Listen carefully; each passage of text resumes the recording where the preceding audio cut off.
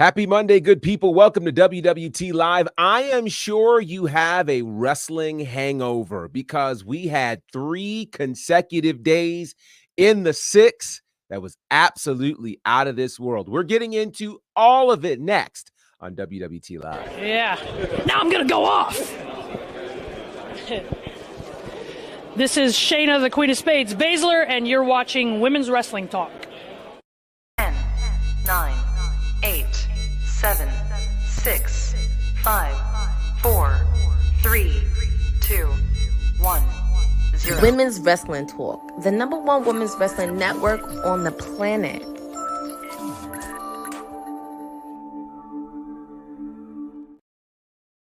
Bring all your friends to the party because it's about to go down. What's going on, good people? Happy Monday. Welcome to WWT Live as part of Women's Wrestling Talk, the #1 women's wrestling network on the planet. I am Gerard Bonner, a.k.a. The Professor, a.k.a. Teflon G, a.k.a. not quite Nostradamus, but I got a really big one right. We'll get into all of that and a lot more. Listen, before I even bring my crew on, I just want to remind you that if you miss any of our live shows, you can always check them out in multiple places. You can check them out on YouTube. You can also check out the audio versions on Spotify or wherever it is you get your podcast. But trust me when I tell you, you need to stay connected to all that we are doing here at WWT Live as part of Women's Wrestling Talk.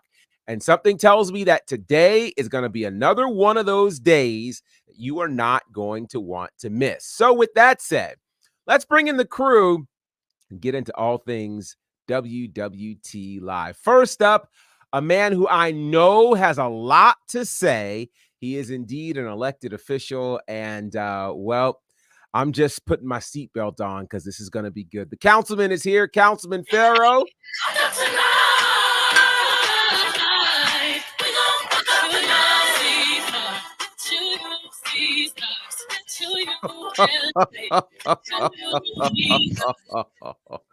Can't play it too much. I want to get the monetization off. Oh, buddy. Buddy. Oh, boy. Woo! It's been a party. It's been a party this weekend, y'all. Oh, my goodness. we knew it would be a situation. We knew it would be. We knew it would be. So the councilman is ready. Of course, the councilman is not alone. We know she has a lot to say. And really, she didn't get a break because she did full WWT Live Friday, did the whole Smackdown watch along, and she's here ready to go. Ladies and gentlemen, Wrestling with Honey with some shades on, I see.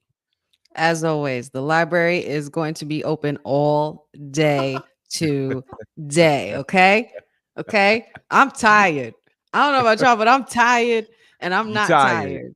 But I can't wait. I just want to get into it. I want to rant about some things. I want to celebrate some things because we got some celebrations going on. We do. Oh, yeah. Can't wait. Can't wait. We got so much celebration. Oh boy. It's gonna be a good one. Stratton. This was for Roxanne Perez. Oh my God. It's beautiful. It's beautiful. It's beautiful. Well, we're welcoming a brand new face to WWT Live. Came as a result of all things that happened in Toronto or Toronto, depends on who says it. But I'm really excited to welcome to the crew. Mel is here. Mel, how are you? Yay. Hi, Mel. Good. What's How up, are girl? you guys? Hi. Welcome aboard. So how nice to are be you? here. I am still on that Money in the Bank high. Yeah, I'm feeling great. How are you guys? Awesome. Tired. Awesome. Fantastic. Indifferent. All the above. For sure. Well, we are glad to have you on with us. You're going to fit right in. And we've got one more introduction to do. And this is probably why you all tuned in today. So I don't know that I have to say an awful lot. I'll just do this. Watch this.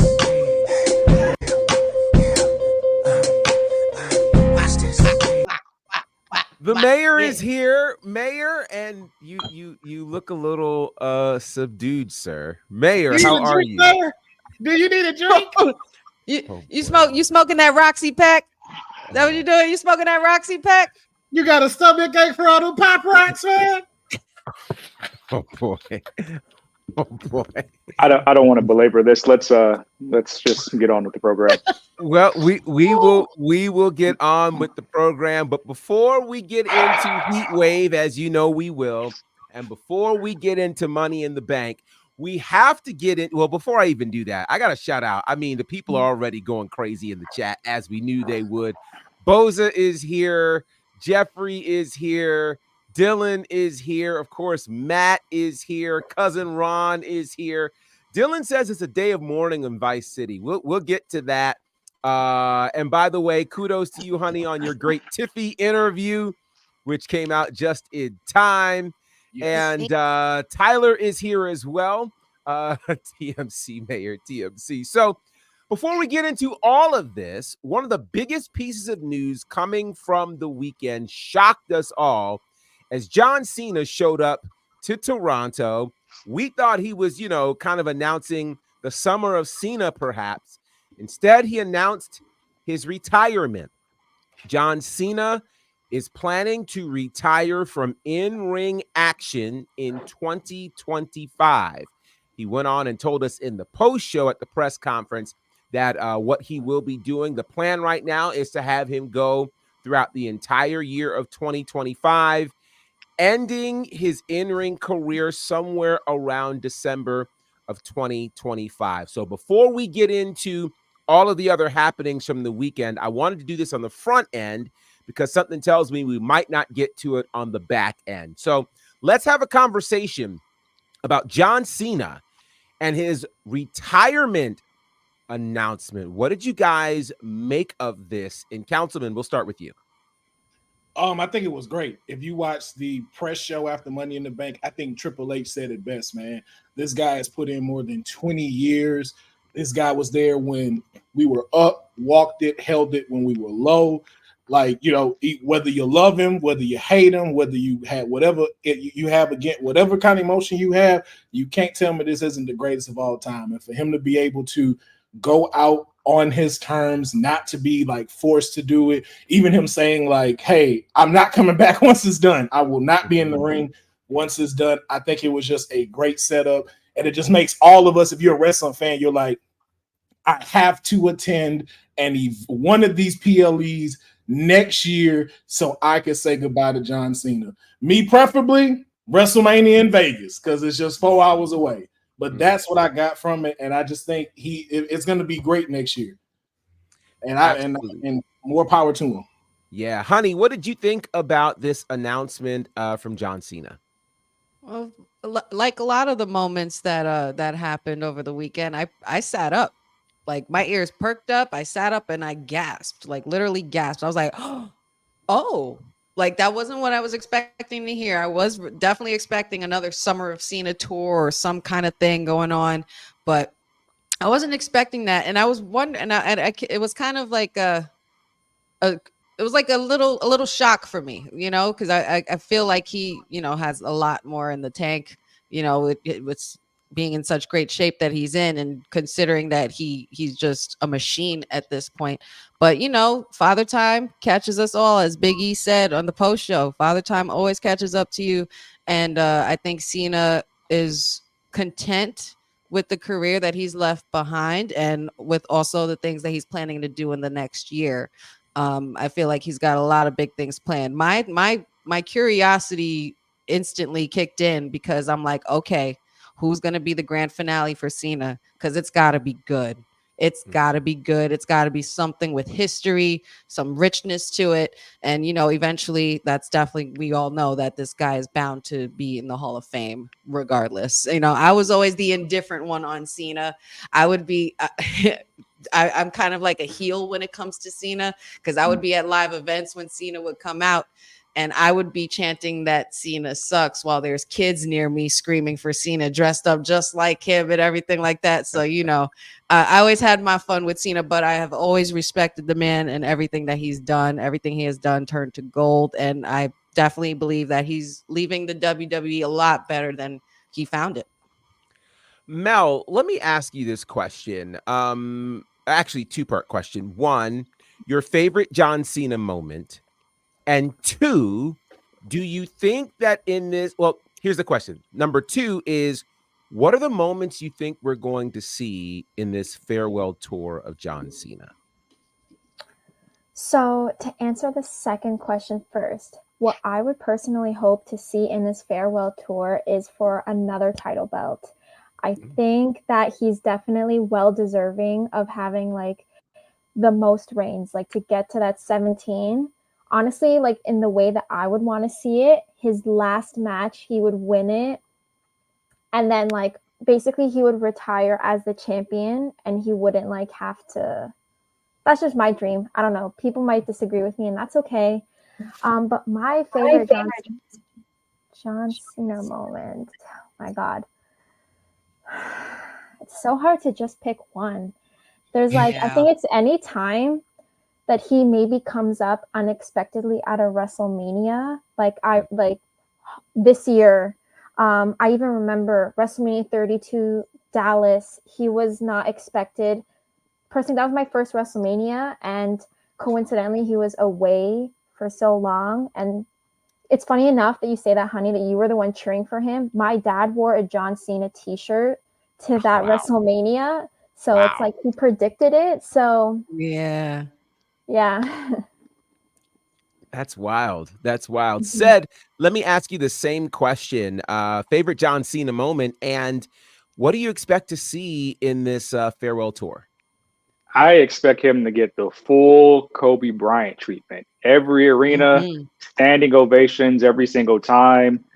Even maybe throw a little bit of a D Wade influence in there too with like the final tour type of t-shirt. I expect him to put on matches that we've never seen, throwbacks, callbacks, all the likes, and every arena, every date that he does. I do hope that he would have kind of a closing match, kind of the same way Sting did, where he would go out a champion for over somebody who maybe can still say face, and then that title would be held for a tournament the following week or whatnot. Favorite John Cena. I'm a big fan of John Cena's WrestleMania entrances. So my favorite one is actually the choir entrance. I think that was the one versus Miz. Yeah. So. That would be my favorite entrance of his. That was dope. But like he used to always have these very big entrances at Mania that I'm very fond of a lot of them. But that would be my number one entrance. Absolutely. So this ought to be quite the ride for John Cena. Again, what this ultimately gives us, since we're in July, we kind of get another year and a half of John Cena, depending upon what he chooses to do between now and the top of the year. So we know for fact, again, he's ending December of next year, which means pretty much every PLE he does next year is the last time he'll do that particular PLE as an in-ring competitor. So it basically says WWE's coming to your city. You might want to get tickets because, if Cena's on there, could be the final time. So with that said, let's dig into this weekend. Before we get into the PLE, a big thing happened at the end of Smackdown. We crowned new tag team champions as DIY finally got the championships as they defeated A-Town Down Under in what I thought was a scintillating tag team match on an episode of Smackdown that was filled with tag team action. Mel, let's start with you. What are your thoughts on DIY becoming the new tag team champions? It's honestly so good to see these guys get a push. I'm from Toronto. It was a few years ago when they came to Raw. Johnny Gargano came back. I think it was from his injury, and he said that Toronto has a special place in his heart. And the fact that he did win it here, I think it's like also a little bit of a sentimental emotion on his part, but I think that these guys are definitely deserving of a push. Absolutely. Honey, your thoughts on the new tag team champions? I was super hyped for this. I was super hyped. I kind of wasn't expecting it. I wasn't sure because, sometimes they like to, pull the plug and, give us a little swerve. But I'm very happy that they pulled the plug on DIY getting the titles. Toronto has been a very, very meaningful place, as Mel said, to them in their history. I think that is a great way to crown them as well, especially being that A-Town Down Under's run was kind of like mid. I'm not even gonna lie. I was kind of expecting it to get better as it went on, but it's just seemed like maybe A-Town Down Under got lost in the wind, where DIY had basically refound their footing again, and it just felt like the good old black and gold NXT days when DIY was, on and popping and they were the hot thing. So I'm really happy for these guys. Ciampa finally, Johnny finally, Johnny Wrestling, I'm just ecstatic for them, and I love to watch them. So, and I hope that they are defending champs. Mm-hmm.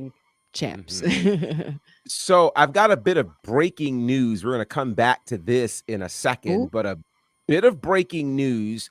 And this breaking news comes from Damon Kemp of NXT, who says on X, and I quote, "As of today, I am no longer under contract with WWE. Forever grateful for the people I met and the experiences I've had." Damon Kemp, no longer in NXT. Obviously, he is the brother of Gable Steveson. I thought he had been doing a fantastic job as part of the No Quarter Catch crew. Mm-hmm. And this is pretty shocking. It seemed like a story was building involving him and Tavion Heights. But so once again, No Quarter Catch crew is down to 3. Maybe they ought to keep it at 3, because every time they get it to 4, somebody ends up leaving one way or the other. So that's pretty shocking news, at least from my end. But Damon Kemp no longer with WWE, and we'll probably dig into that a bit more. Let's get back into this conversation here about DIY. Councilman, what a major moment for DIY in Toronto. I guess the next question is, who do you see as potential opponents for DIY? Man, I want to see them versus the Street Profits. Like, as Honey said best, like that match Friday gave you the black and gold brand feels from both sides, both tag teams. Yes. So I want to see them versus the Street Profits. Keep that momentum just like that for the tag team division. Build this tag team in SmackDown and let them have matches like that. The roller coaster ride that they gave us with Austin and with Grayson. I just know the magic that the Street Profits and DIY will put on. And this match should have been at Money in the Bank. I'm glad for it to be on SmackDown, but this was a Money in the Bank deserving match. And it should have been. Absolutely. With a stipulation or something to make it spicy. Yeah. Especially since they were in Toronto. Said, let me ask you the question. Who would you like to see as future opponents for DIY? The easiest answer for me is Pretty Deadly. We got to start elevating the tag team division with superstars that, like DIY, haven't really had their just due on the main roster as of yet. Pretty Deadly fits the bill for that. You need a good antithesis to the baby faces here, because eventually, of course, A-Town Down Under, Awesome Truth, those were great WrestleMania moments, but they were always placeholder champions for the division, which why the division has been stagnant. We got to start eating up a lot of these other tag teams. So I would have Pretty Deadly get the first shot whenever they do the number 1 contendership. And I think they would give you the exact type of moments that you want from these guys, because the eventual play here is splitting these two. If you're not a fan of NXT Black and Gold, Ciampa Gargano is better than Miz and Daniel Bryan. And whenever they can kind of put that and encapsulate that on the main roster, it's going to be perfect. Yeah, That's saying a lot. That's saying a lot because Miz and Daniel Bryan was a moment when it happened. But when DIY came and Ciampa made the switch, oh my God, I'll never forget that. I'll never it was forget like that. it was more like for me like KO versus Sammy type. Yeah. That's what they did. Yeah. Just went even Hashtag fight forever. Like that. That's for sure. Literally. All right. So now let's not keep you all waiting. It's time to get into Money in the Bank, which of course took place this past Saturday, hosted by Hall of Famer Trish Stratus. And it kicked off with this men's Money in the Bank ladder match. Now, I guess I will start. I'm going to rip the Band-Aid off here with this one. For those who do not know, I mean, the match was crazy. It ended with Drew McIntyre winning the Money in the Bank briefcase. And so I'm going to ask the question that the socials have been asking. Was Drew McIntyre winning Money in the Bank a waste of the briefcase? Mel, let's start with you. You know, I was actually discussing this with TK beside me at the show, how it would be funny for Drew McIntyre to cash in against Damian Priest, like doing this. So I saw on Twitter that like both sides, like, yes, it is a waste because then you have to wait a whole other year and then for the next Money in the Bank match. And then it also makes Tiffany Stratton's like reign with the briefcase, like, oh, that one has to be so good that like it can like balance out the badness of this, I guess. It was funny in the moment, but long term, yes, it's kind of a waste, but I can see why they did that. I don't see Cody Rhodes getting rid of the belt anytime soon. Damian Priest, if they played it out in the future, maybe. I just also depends how the Seth and CM Punk storyline goes about. Okay. Said, yeah, let's go to you. Was this a waste for Drew McIntyre to win Money in the Bank? Not a waste at all. And I think a lot of people built up expectations, and then their expectations just weren't met. We all knew that this was going to happen as soon as Drew was the final entry into the Money in the Bank. The reason why it's not a waste is because we already had Damian Priest take a calendar year to cash in which WrestleMania was just a couple months ago. So the Money in the Bank briefcase has already been a major storyline for the past year already. It's not worth to do it again. And also there's been talks already of discontinuing this event and just holding the Money in the Bank at WrestleMania. So I think that all plays a factor in how we move forward with the briefcases. So I think we all knew that Drew would try to cash in same day, same cash in. How they got there is, I think, why people are a little upset. Could CM Punk have thwarted him getting the briefcase? Sure. Should he have cashed in and then made it a triple threat, or should have somebody actually won clean? I think that's where the murkiness comes from. Maybe Damian should have already won clean over Seth to make it mean more. Then you have the thwarted cash in by CM Punk. But the cool thing is you accomplished two things. Two storylines came out of that. Mm-hmm. The fact that you further Punk and McIntyre, and whatever's going to happen in the future with Punk and Seth. And I'm glad Seth gave us that moment after the match, because that's going to be an even bigger rivalry if you date back to War Games and what all that looked like with Seth being the only one trying to get at Punk when he returned. So I think it accomplished a lot. So I wouldn't call it a failure. Councilman, what do you say? Because we're going to get to some of these comments in a little bit, but what do you say? I don't think it's a waste. I think the execution was ass. That's what I think. Like, I don't mind that Drew won Money in the Bank. Everything else, though, made everyone look bad. I'm sorry. Like, one, Punk did not need to screw him over. We're already hyped for Drew and CM Punk. You did not need to fuel it anymore. We're already hyped about Seth and CM Punk. We did not have to see that. And if anything else, you made your world heavyweight champion look bad, because now we still not seeing him get a clean win over anybody. And we don't, and it's still just keeping kind of Damian Priest as a filler. So I don't think it was a waste, but I just think the execution of it to make everything about CM Punk ass just made a lot of this look bad.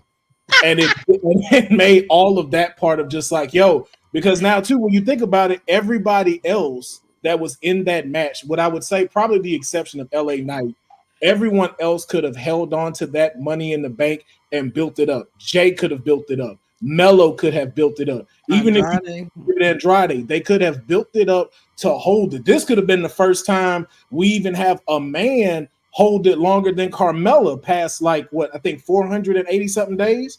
We could have seen something like that. She was more like 280 or something. 280. It's Okay. only, it's only 280. 365 max. My bad. I mean, I know it was like or something. Yeah. But it's like you could have got down to that, to where this could have been that. It could have been more potential for someone to rise in Money in the Bank. So I don't think it was a waste. I just think the execution of the cash in did not have to happen that way. CM Punk could have screwed him at the ladder match, and we still would have got that. But that's just my opinion. All right, honey, I'll let you wax poetic on this one.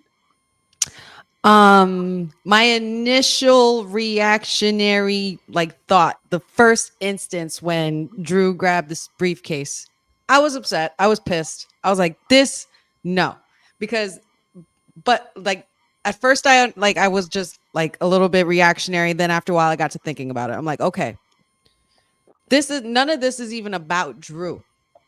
Drew is being the catalyst for stories that are within stories. Okay, because we did have a little inkling of Yeet versus in the match, as Seth had predicted, that would have happened for King of the Ring tournament, but we got it. We got it at the ladder match.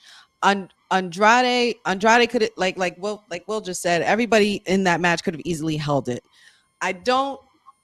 I'm not going to sit here and say it was a waste, but I understand why it happened. At first, initially, that's what my thought was. I was like, well, that was stupid.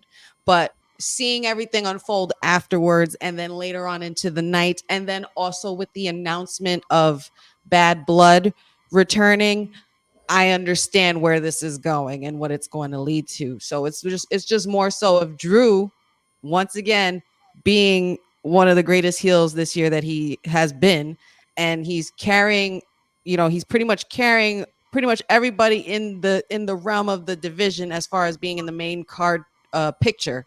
And you got Drew versus Seth, Seth versus Punk.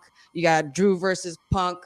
You have Priest can screw Drew in some other way for interrupting his match with one-on-one with Seth. There's a lot of other layers that you could peel out here, especially even with the other contenders in the match.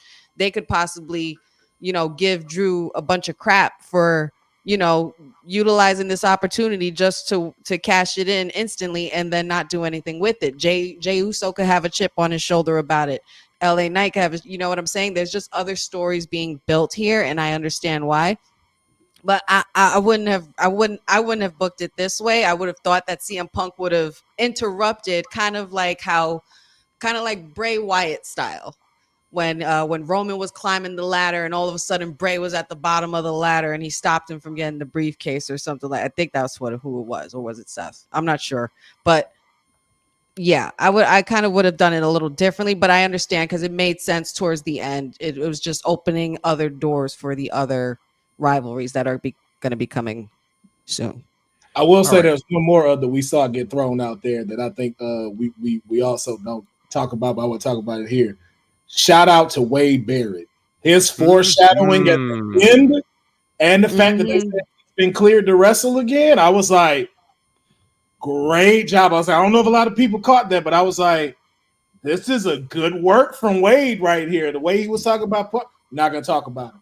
I was like, I see what you're doing, Wade. I see what you're doing. I was like, okay. So let's get to some of these comments because there are a lot of them. Dylan says, I'm on the fence to say if it's a waste. Boza says it was a waste. You basically use the briefcase to extend a story. You don't know if it's a lock for SummerSlam. Jeffrey says, I thought it was a waste, but I understand the story here between Punk and now Seth and Punk. You have two stories there still cooking and reopening. Cousin says, listen, we had the briefcase in our face all year. I'm fine with it going away until next year. Special Nobody says, I don't think it's a waste. They may have solid stories locked for the 2 world titles and no room for a Money in the Bank challenger this year. Eric says, I can see Drew versus Punk versus Seth in the near future. Dylan says Punk just got a new enemy. Jeffrey said Punk needed to get his lick back, and I fully understand that. There's a reason why Bad Blood is being booked again.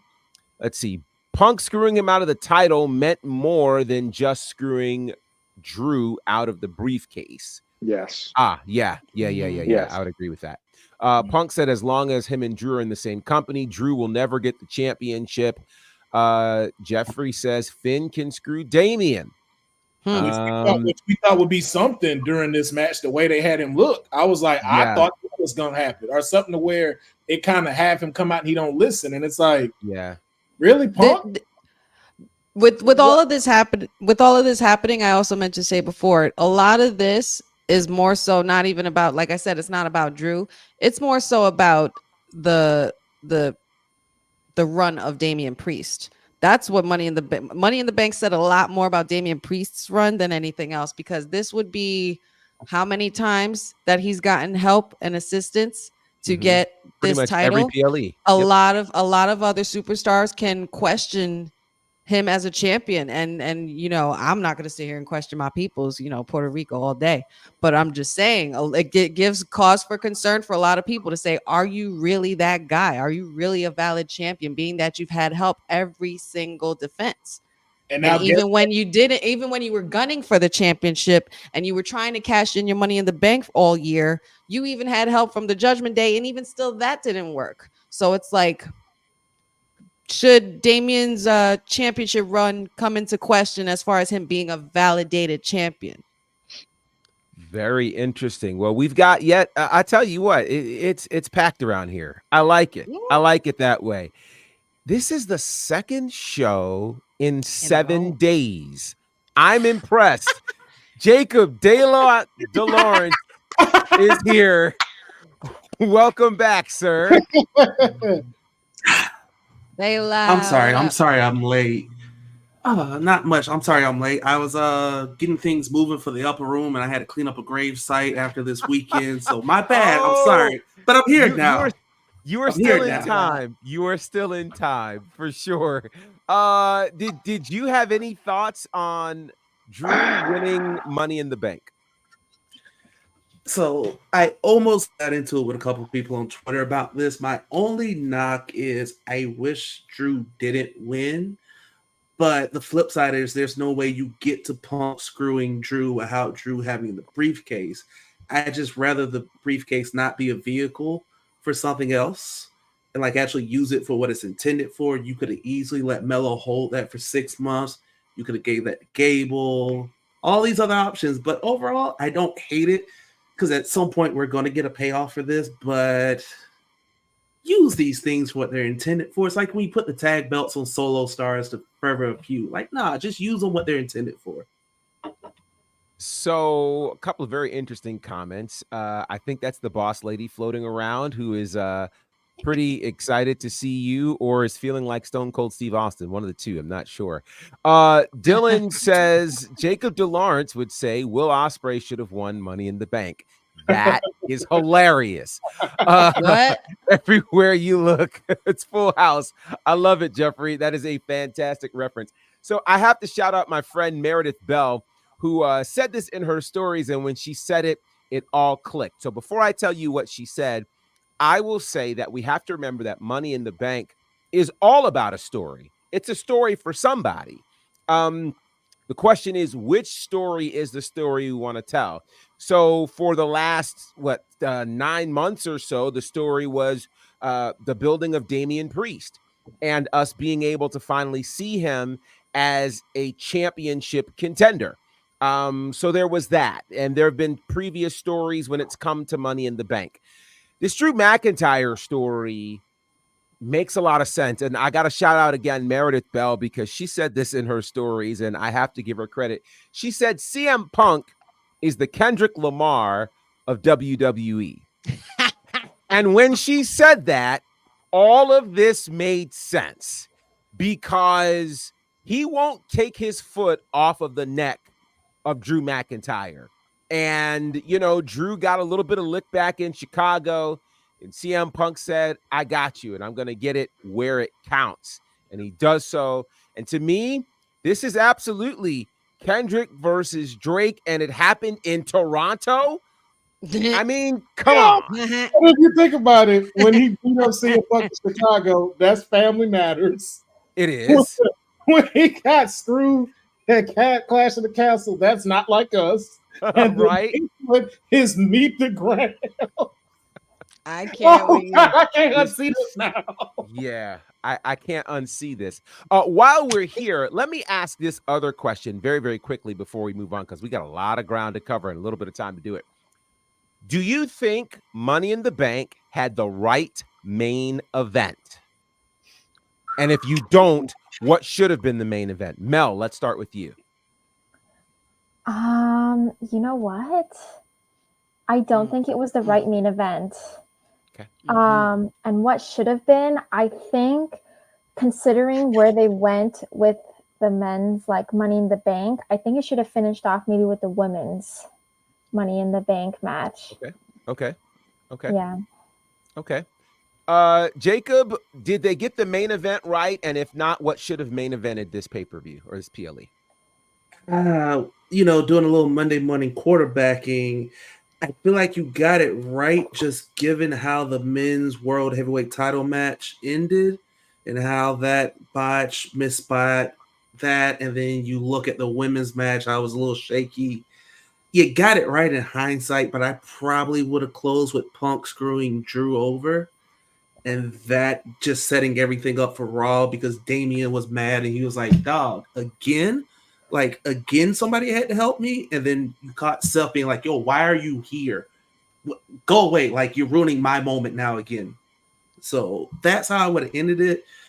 But you only remember the start and the close, so I don't think they really want that botch to like really, really be the last thing that you remember. So I'll say they got it right in hindsight. Said, what do you think? Did they get the main event right? And if not, what should have main evented?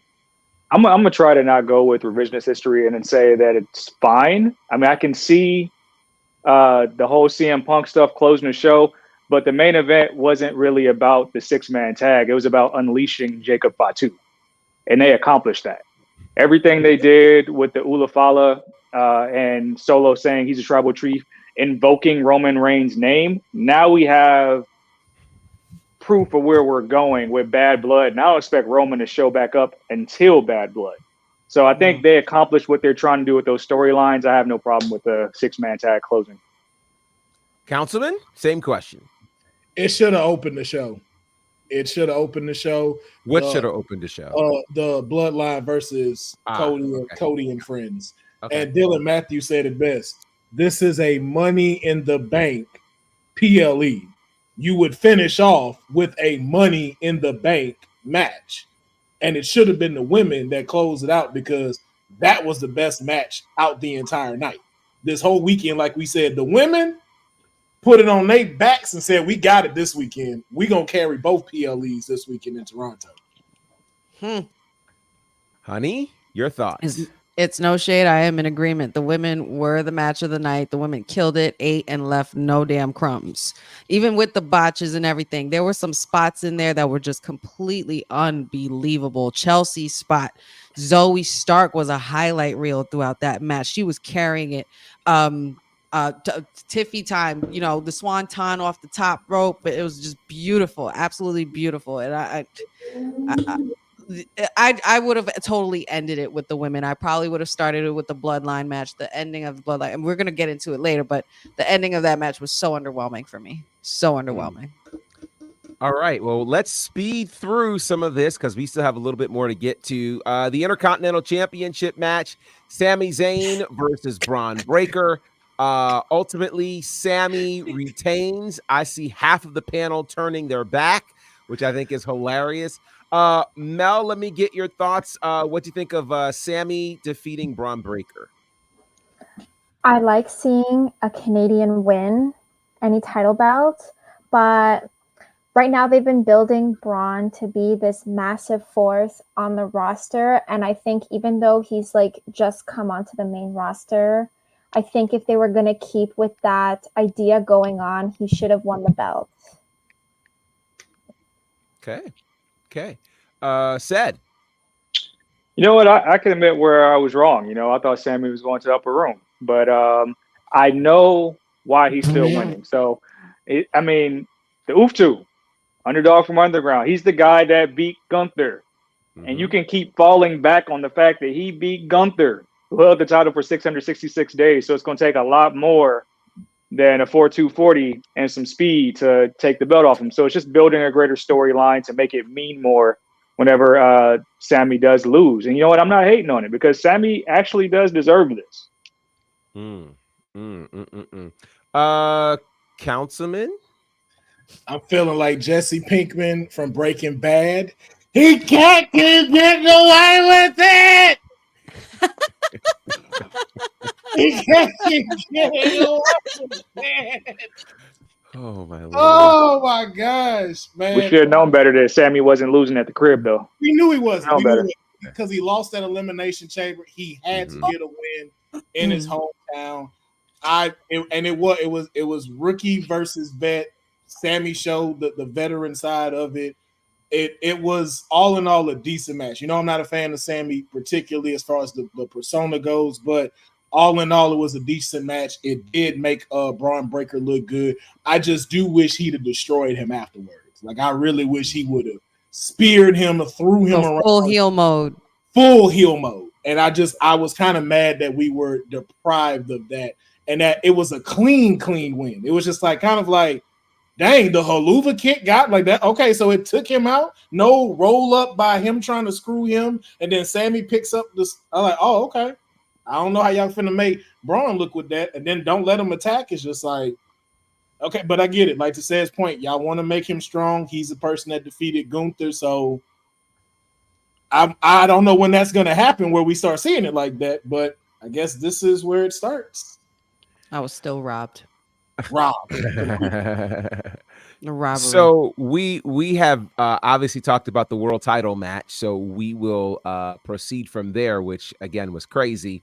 It was great to see Seth back in the ring, though. Yes, it was so great to see him in the ring. He was moving good. Yeah, he looked great. I do just want to address one thing because I know a lot of people have been talking a lot of crap about Damian Priest. And I definitely was not going to be a person that comes and disrespects him about the whole pin thing, because I've been in the ring before.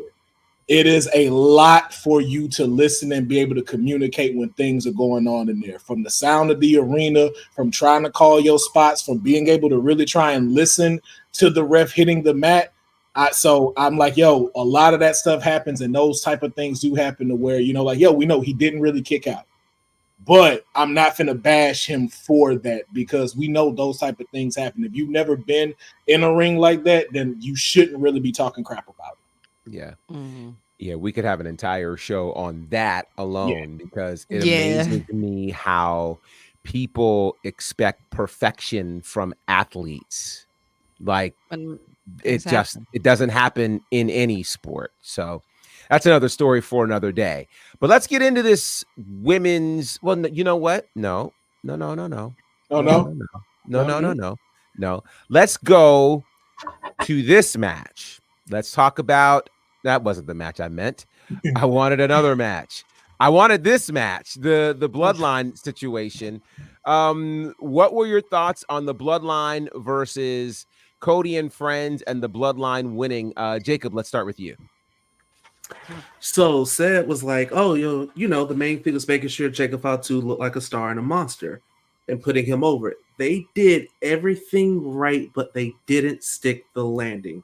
I rewatched this match twice, and I was like, all right, one, I would have brought Cody and company out first, and let's start this off hot. Let's brawl in the aisle. Like, let's actually amp this up, get this going. Let's kind of unleash Jacob Fatu early. Like, let's just go, hey, he's a madman. He ain't wrapped too tight. He's the most dangerous of the bunch. Let's get that out the gate. But I appreciate Michael Cole with that little nod and like a little bit of realism of like, hey, he has a record. So we had to pull some strings to get him in this country. And, we're not sure what might happen, basically. But I think where they messed up was, yes, I get you want to make Solo look like the new tribal chief, make him look big. But Jacob Fatu is the star because he took that DDT from Randy, popped up, and I'm pretty sure he said, do you know who I am? And it was like, oh, we are on. Fatu should have pinned Cody, and it would have been on some, hey, say Solo hit him with the spike, and something happened, and then Fatu came through, laid him out, got on 1, 2, 3, and it's like, I did this for you. Like, I'm here to protect you, my tribal chief. I took him out for you. Go with that angle. Make Fatu go, hey, if he's the enforcer in the wild card, but he just pinned the champ, we really need to be weary of what he might be able to do. And then eventually you can work your way to Solo. But that was my only complaint. Just a little nitpick. Said your thoughts on this match. This big ass man hit a whisper in the wind, and you said they not sticking the landing. What do we? You saw a 300-pound man hit a whisper in the wind, and we not sticking the landing. What are we doing here, Jacob? What are we doing? Go all the way with it. Go all the way. You gave him the whisper in the wind. You gave him the DDT spot. Go all the way. Let him get the pin. That is fickle. That is fickle. It's like the Pistons. You got the top pick, but you didn't drop the right guy. We're not talking Pistons. Don't do that to me. No. We need that drop. We need that fickle drop for the mayor. We need that fickle drop for the mayor. Oh yeah. No, like the match was fine. If anything, I don't feel if you really want to nitpick, I don't think this is the way to debut Jacob Fatu. I think Jacob Fatu should have debuted in a singles match to really drive the point home. But I know why you do that, because Tongaloa is out here botching low blows, which is getting ran through the internet now. It's amazing. Yeah, so like you can't put him in the ring on the main event is what I'm seeing now. But Jacob Fatu accomplished a lot of things. You gotta remember, like he had that big moment in the match against a Hall of Famer, certified Hall of Famer, Randy Orton. That's huge. And the reason why you don't want to heat Jacob up too much, and people are already starting to do this whole thing, like, well, why isn't Jacob Fatu the tribal chief? Why can't he have more push than Solo? Because he's basically entering Solo's role.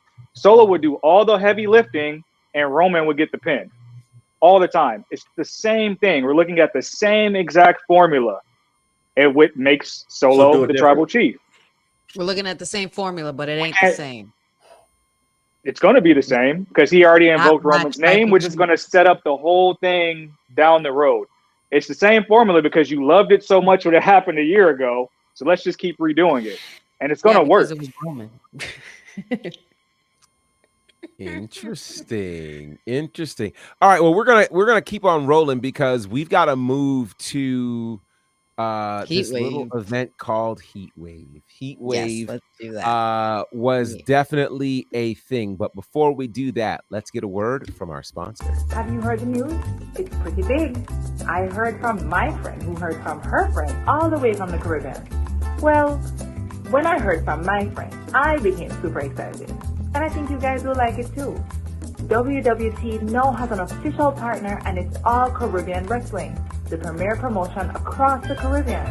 Go to allcaribbeanwrestling.com to check out all the latest pay-per-views, or go on the YouTube page at All Caribbean Wrestling. Also, go and check out their socials on Instagram at All Caribbean Wrestling and on X at All Caribbean WR1. Now, you make sure you go and check them out and tell them WWT sent you. You hear me? Shout out to our friends at All Caribbean Wrestling who continue to do very, very big things. Be on the lookout for some of the great things that are coming, including Baja Bash from the Bahamas. Just an absolutely amazing moment. All right, time to talk about NXT Heatwave, which took place just yesterday, Sunday night. Again at the Scotiabank Arena in Toronto. It began with the Countdown show, which had two great Canadians in a fantastic, unlikely tag team match. Ariana Grace and Carmen Petrovich taking on Jasmine Nix and JC Jane. Let's quickly get some thoughts on this one. Honey, what were your thoughts on this one?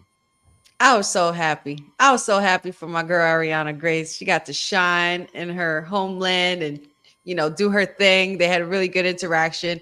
Obviously, she kind of took all the credit for it, which I like, though, because that's just what she does. You know, she does everything gracefully, and then she takes the credit for it, even if she didn't do it all. But you know what? She had a great showing. Honestly, all four women did have a great showing. I was really surprised with Jasmine Nix. I felt like the last couple of times that I watched her on NXT on the weekly shows where there were moments where she looked like she was a little bit, restrictive in her wrestling. Like she wasn't really like letting go in the ring. Last night she was. And she was giving it all she got. And JC Jane is just a great heel. I need more, and I kind of need that mask off soon, but I'll take it. And I was very happy with this result. Mel, what did you think of this match? I agree that it was very beyond great, especially when we consider both Ariana and Carmen, they're from Toronto. This meant a little bit more an emotion to them, as well as it made that helped make their performance better, which made the match even more enjoyable to watch. And it just the win for them, especially again, from Toronto, seeing that, it was just they won. Obviously I'm not in the match, but I won too, and that kind of stuff is great to see. Yeah, we definitely like to see it. And it felt like Ariana Grace kind of kicked it up a notch in terms of in-ring last night. It was just like, wow, I saw some things from her that I had not seen before. So let's get into the main show, which kicked off with the Men's North American Championship, Obafemi and Wes Lee. Mayor, what did you think of this match? My God, I don't know who you get to beat Obafemi. I like the legend is growing with every show. Great showing by Wesley, but now he'll never challenge for the title, which we're doing a favor for him with that, because now he can actually be in the main event picture where he's long belonged since challenging Mello last, I think. But with Obafemi, it's like, my God, I don't know. He just turns up a notch every time. And I know he's called Moose. He's had some dream matches. I think he announced with Gunther as well as Ilya. So I just hope they keep him in NXT for a long time so he doesn't get lost on main. But there's no denying his gravity right now. Yeah, speaking of gravity, as you can see there, gravity caught Wes at some point. Councilman, man, what did you think of this match with Obafemi and Wes Lee? Man, I always love a good David and Goliath type match, and then seeing the Goliath reign supreme. Just to Cedric's point, man, I keep working him here, build him into this dominant force so he doesn't get lost in there. And rarely you see it when someone gets beat up into a new ranking. Like this man, just alone, I didn't threw you into a new division. Don't come back to mine. Go over there.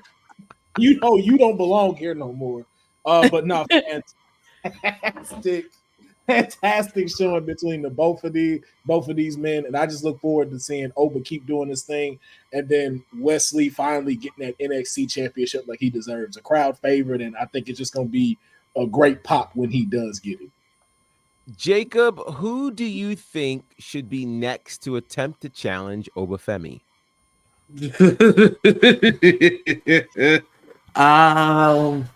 You might have to sacrifice somebody from TNA at this point, because oh yes, you see that he threw the man like he was a ball of pizza dough. Like, ain't nobody in that NXT locker room. What you gonna do? Send Gallus? You gonna send Coffee Brothers? I mean, there's really not that many. Yeah, so it's like, who you gonna send? There's really not nobody that you want to put in there, because there's only one. Like he said, send me your best, but just don't send anybody that you want back. Oh, hard line too that he used. Yeah, that's so hard. Very hard line, honey. Yeah, man. I'm just happy for the big man. I was happy that he retained, but as far as I said it last week, and I'm gonna say it again, and I'm sticking to it. I want to see Moose coming out on Tuesday. I want to see Moose come through those doors on Tuesday and pull a Jordan Grace. And I want to see these two big men in a sickening little face off, and just save it for when SummerSlam weekend comes. Don't touch each other until that weekend. Just give me some good build up to it. It's good. That's what I want. I just think that Oba is doing so well, so great of a job ever since the breakout tournament. he was the one I always had my eye on. I was like, this guy's going places. And obviously we know, unfortunately, Wesley cannot challenge for this title, but that doesn't mean that, you know, in the future, when Wesley's challenging for the main roster card, I think Obafemi might be doing the same. So we're definitely going to see these two go at it again. But as far as who I want Oba to face next, it's got to be Moose. It's got to be the big man in TNA. Bring him over. It's going to be interesting. And I think there could be a weird conflict, though, with Moose still being the world champion. The world champion over there can't possibly lose to the mid-card champion in NXT, right? Could he? Like that. Actually, I know who they could send. They're going to have to send somebody else. But I don't think Kurt Angle. I don't think they finish. Wait, TNA Kurt Angle. Canadian Kurt Angle. Josh Alexander. Josh Alexander, yeah. That would be a crazy match. This photo goes hard. It's just it's incredible. He's such a beast. Yeah, he is an absolute beast. So we went from the men's North American Championship match to the women's North American Championship match. Kaylani Jordan and Sol Ruka. Mel, what on earth did you think of this one? Holy cow. I mean, honestly, just throughout the match, like, I could watch that chemistry with no ending and I would still be okay with it. Just like seeing these two like go at each other, it was incredible to watch. I mean, good for Kalani for like successfully defending the championship for the first time. It was just incredible to say the least, honestly. Let's see. Councilman, what were your thoughts on this one? This was a phenomenal match. Like she and her, Kaylani and Sol Ruka delivered like no notes. And I would even say she probably, as of right now, I might be throwing it up there a little bit too high, but you know how I do. I'm just gonna throw it out there. She has probably had one of the best matches as one of the new title holders within the Paula Beck era to Cody Rhodes versus AJ Styles. Both of those matches are now sitting right here as far as matches that have happened since WrestleMania and her being able to claim the new title. This was a I don't know if you do 4 out of 5 or 5 out of 5. For me, 5 out of 5 match. And it was dope to see it with two faces. And I know a lot of people keep saying, let Kaylani turn heel. No, this shows you as a face, let her cook. Mm-hmm. Let her show you what she can do. So that way we can save when the heel turn happens. It's even better when it comes. Yeah. Honey, let me ask you this. I know when I was watching this match, and Special Little Nobody somewhat alluded to this, Ricochet and Ospreay, and I definitely felt like this was the female version of Ricochet and Ospreay from New Japan. Only then to see a side-by-side where they literally replicated an entire sequence from Ricochet and Ospreay. Do you think that we have the next Ricochet Ospreay rivalry in Sol Ruka and Kaylani Jordan? Oh, hands down. Absolutely hands down. Between the soul snatching and you know, the gymnastics background of both of these women, the athletic background they have, absolutely. It definitely gave, like, I felt like I was watching a women's version of Ricochet. I'm like, didn't Ricochet leave WWE? We don't have him no more. Like, what's happening? You know? And I really would have loved, I want to, like, this match is one of those matches where it's like, damn, you have a food so good and you tore it up too fast and you're like, yeah, I could go for another one, but you know what, not yet. It's one of those, and it was a damn good match. Both ladies showed up and showed out and cooked. Like we said, the women were cooking this whole weekend, and this match especially. And if what's funny is that it didn't occur to me at first that they were both faces, but I was like, either way, you know, whether people say you can have two faces face each other, this is a prime example of that. You know what I mean? Like, you can actually do that. And it wouldn't matter because the athleticism and the storytelling and the sequences that they both had were absolutely amazing. These women threw everything they got into that ring and they had an answer for each other at every turn. the catching of like with the Soul Snatcher and even the little tribute to the X-Pac X Factor going on there. I was like, you know what? I hadn't seen that move in quite a while. It brought me back to like Attitude Era days, and they were both very, very good. And of course, they showed the great sportsmanship towards the end. Shout outs to both these ladies. They turned it out. Jacob, your thoughts on this match? I saw somebody tweet that if you think the PC doesn't work, then you clearly are not watching, because this is proof that the PC and what Sean and Matt Bloom and them are down there teaching these women and men works. Which brings me to the point of if you can't make it work after spending months in the PC, I think this just might not be the thing for you, because these are two that had never stepped in a ring until they signed with WWE, and they put on a spectacle. Like, even if you're not a fan of high-flying, flippy-dippy matches, you couldn't help but enjoy this. Yeah. It was just a fun match to watch.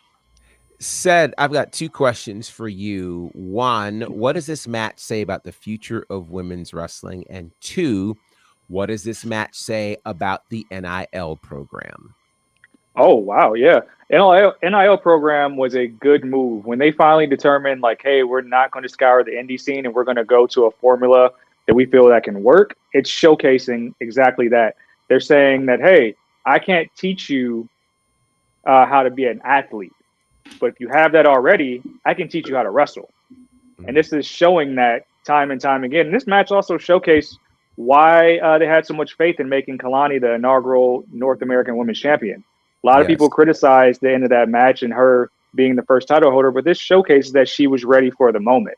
So women's wrestling is in good hands, because when all these people who are very young, early 20s, think about them 26, 28, 29, 30, and their time on the main roster, we have years ahead of us with this class and the classes that are still to come in NXT.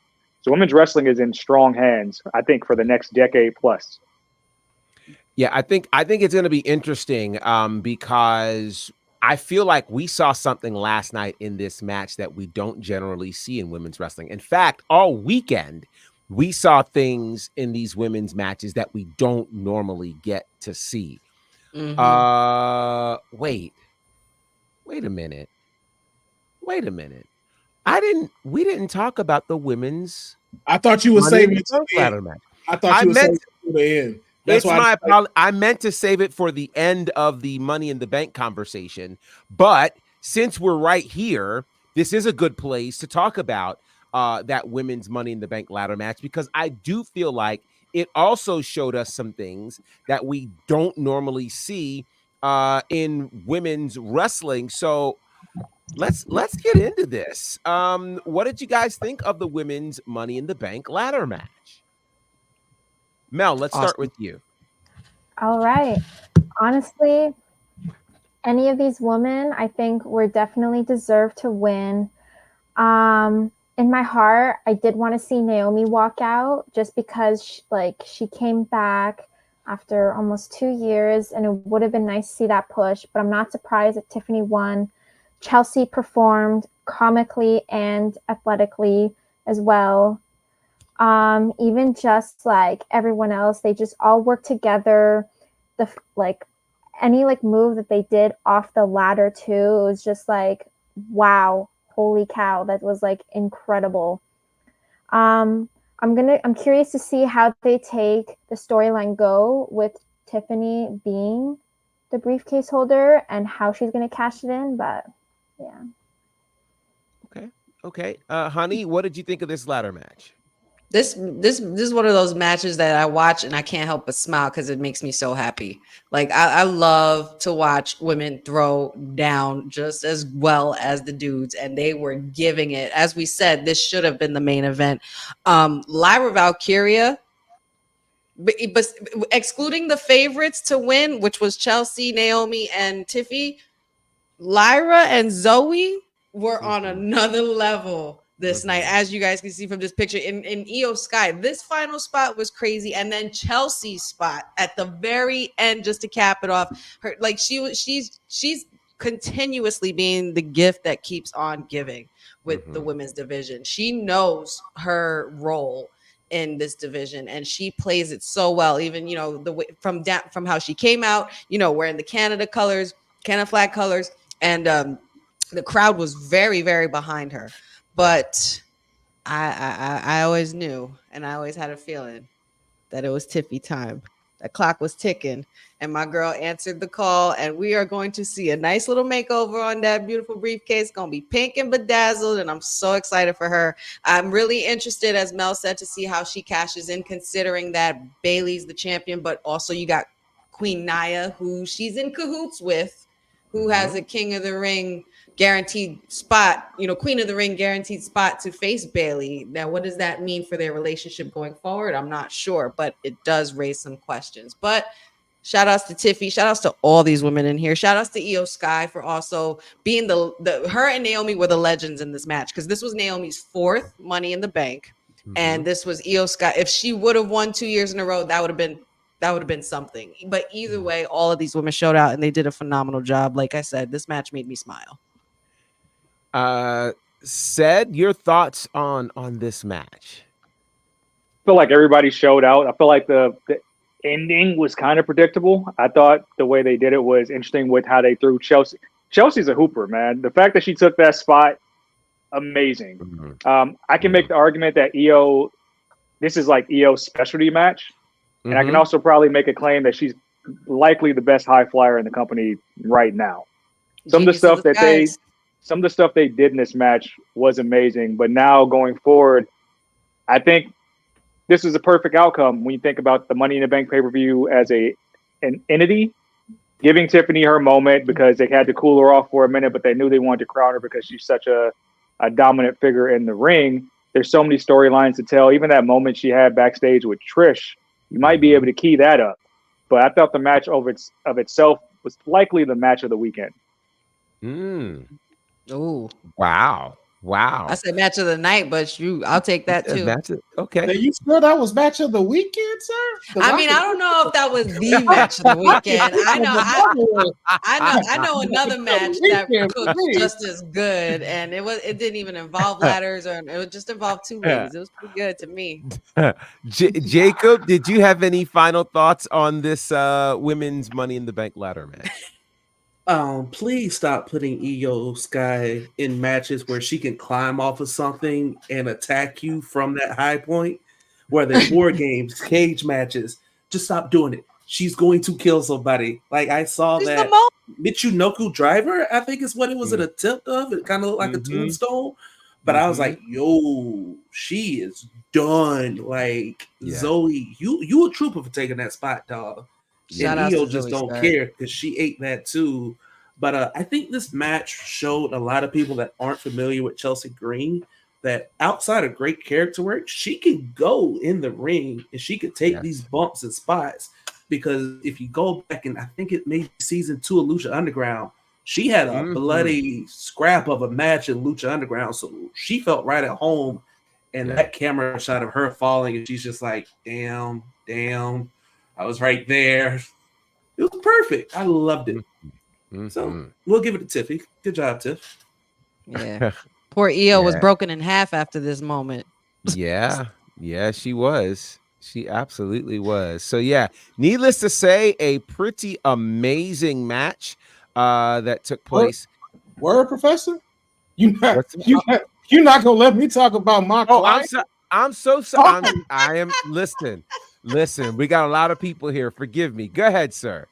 Sir, let me just state, it was a successful weekend, man. This was from Tiffy. Tiffy sent me this after hours of consulting with her about how to bounce back from backlashes, and to where we were going to make sure that, hey, this is Tiffy time. I called it Friday. I said it was happening. Would have loved to see Chelsea win, and I think it just made Chelsea stronger. Don't agree with the delusions of D-Lo over there with Io. That's like telling Gunther to not use chops. Stop using chops. Like, what? Like, I don't understand that. Like, you don't want to see her flip off something. That don't make no sense. I'm saying for everybody else's safety. Everybody else's safety. They all right. Ain't nobody hurt. Ain't nobody get hurt. They all right. I did, and I think her winning sets it up for Naomi as well, because we've seen the back and forth with Naomi. I can see Tiffany betraying Nia, cashing in, getting the belt, and then potentially having it taken off of her from Naomi, maybe somewhere within like Vegas WrestleMania or something, depending on how long they want to stretch this out. But it was just so good to see one of my clients in Strattonville just sitting at the tippy top as Miss Tiffy in the bank. And I'm gonna take a shot of some of this illustrious gold bar liquor that she sent me in celebration. And you know what? I'm surprised she didn't turn it pink when she said it to you. For some reason, Canada don't have pink bottles. I asked her that. She was like, they couldn't make her nothing pink for some reason. Don't know why. You know, Mel, you might need to talk to your people in Toronto. Wait, how you say it again? How are we supposed to say it? Toronto. Technically, neither of the T's are supposed to be pronounced, but neither of the T's are supposed to be pronounced. Toronto. It's like, yeah. Oh, learn something new every day, man. Well, that's just the slang here. That's it. Yeah, I don't have the Toronto accent, but I'm here for the slang. All we do is speak in slang. I will take that. But cheers to Miss Tiffy in the bank, and I can't wait to see that WWE Women's Championship around her waist. So let's go to, speaking of championships, the tag team title match at Heatwave, which coming into the weekend, the general consensus here was that most were not interested in this matchup. After the match, I'm curious to see how or if your opinions changed. Mel, what did you think of this tag team title match? Honestly, I think NXT as a whole is doing better, and then maybe it just might be a comparison with the other matches that they've seen. I do want to see. I don't like. To be honest, I might have tuned out a little bit, but it's just like that was a me thing, not them. I still think that they both, like on both ends, that they did perform and deliver the match well. I don't really have as much thoughts as like maybe I do on the other matches, but yeah. Jacob, did you have any thoughts on this tag team title match? So we just gonna act like Duke Hudson didn't come out and just hit a sunset flip, release German suplex, and sent that boy halfway across the country? Okay. I mean, the man that's cooked. why you're talking about it. It was incredible. The man cooked. I feel like this was probably a lot better match than everybody thought, because if I'm not mistaken, a few of you people, Mr. Welton, Councilman, said y'all had no interest in this, and my only complaint is you got to take the belts off of Axel and Frazier, and this was the perfect moment. You have all that dissension built up. Just pull the trigger and let's just go ahead and get this moving. Go to the greatest hits bag, Sean, and go find one of those tag team breakups that you got in there, and let's go with it. It seems only right to have the mayor speak after that. Mayor, I'm willing to admit when I was wrong, because this was a good match.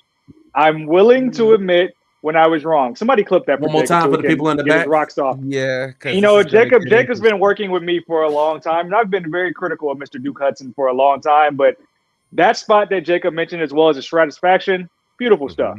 Beautiful stuff. It's showing that NXT works, that he's being able to not only find his character, but also showcase an in-ring work. Because for a long time, he was just, hey, I'm 6'5". That's me. So I'm glad that it's working. It's still defund Chase U on this side, but like with the tag team division, you got to have more viable tag teams. So I think it is time. Even in I believe the pre-show, they were saying that Nathan Frazier wasn't in the building. Axiom was getting ready to defend the titles by himself. They're teasing it for a while, so I'm interested to see exactly how Sean separates these guys, because there's still OTM. There's still a lot of other tag teams in the ranks that are still coming up. So it's time to make sure we start building actual tag teams. These guys have had a good run, but they can be doing a lot better by possibly challenging Obafemi, because right now Obafemi ain't got no challengers. Not yet. Honey, we've talked about this before, and we specifically talked about not necessarily caring a lot about the tag team title reign of Axiom and Nathan Frazier. Did this match make you care? You know what's funny? The during Philly weekend, that's when the transition started being made, and I was just like, okay, I got my eye on you. It made me care about the status of their relationship as a tag team. That's what it made me care about. Where are we going with this? Like they said, or like said before, Axiom was ready to go out there and defend by his damn self. And you know what? Anybody would when you're waiting on your partner, haven't heard from them, and they're ghosting you. Not for nothing. If I was Axiom, I'd be a little fed up with this stuff. But they still are tag team champions, and we're gonna see what story unfolds with them going forward. It does make me care about the status of their relationship. It also kind of did make me care about Chase U just a little bit. Just a teeny little bit. Like, because there was some good spots in this match that were really exciting. And I was like, okay, I don't know. And not for nothing, I don't know how Andre Chase, I don't know how you wrestle in a full sweater and button down shirt and pants sometimes, dude, but you make it work. You make it work. But I'm just saying, might have to change up the uniforms. It's called Heatwave. It's hot. It's hot. And I know Florida was hot. But I digress there. But I definitely do want to see and can't wait to see where this story unfolds and where this goes between Axiom and Nathan Frazier. They have had these titles for a while. They've beaten some really good tag teams to do it. I feel like they're gonna put a new tag team over when they possibly drop the titles eventually. I feel like it could go to Enofe and Malik Blade, possibly, give some new stars, or even OTM, as said as well, because there's still a lot of hungry tag teams being built in NXT. And but they're just so good to watch. That's why it also makes you care. They're really good to watch. Nathan Frazier's athleticism is insane, and Axiom's athletic ability as well, being a luchador. But I can't wait to see where they go going forward. Councilman, what did you think about this matchup? Was it better than you expected or not? I'm not feeling it. Y'all can gaslight this match all you want. Y'all can try to gaslight this all you want. I don't care about them spots that Duke Hudson did. I didn't see that with Dijak, and look what happened with him. So, I'm with Cedric. Defund Chase U and fund the HBCU, and let's really see them go to work. Go break up y'all paychecks looking light. go break up Axiom and them. They are singles competitors. I like that they high fly. Don't care for them as a tag team, and they should have lost to Gallerson and Anderson. It was okay. Wow. Sheesh. Wow. Well, I will say that the match was amazing. Way better than I thought. And I thought that they made us care, which I thought was important. I almost feel like they walked into it knowing that on this card they had the weakest story. So they had to put in work, especially following those two North American title matches. And I thought that they absolutely delivered. So shout out to Axiom, Nathan Frazier, and Chase U, who gave us an absolutely fantastic match last night. Let's move to the NXT title match. Fatal 4-Way. Now, I don't want to say, well, I did want to say, but I think I properly and accurately predicted the result of this one.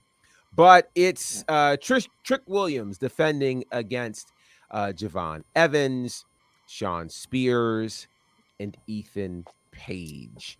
Mel, let's start with you. What'd you think of this match? Again, I thought it was really entertaining, especially considering, I feel like it's been a while since I've seen even a Fatal 4-Way in a long time. I don't know, that just might be me.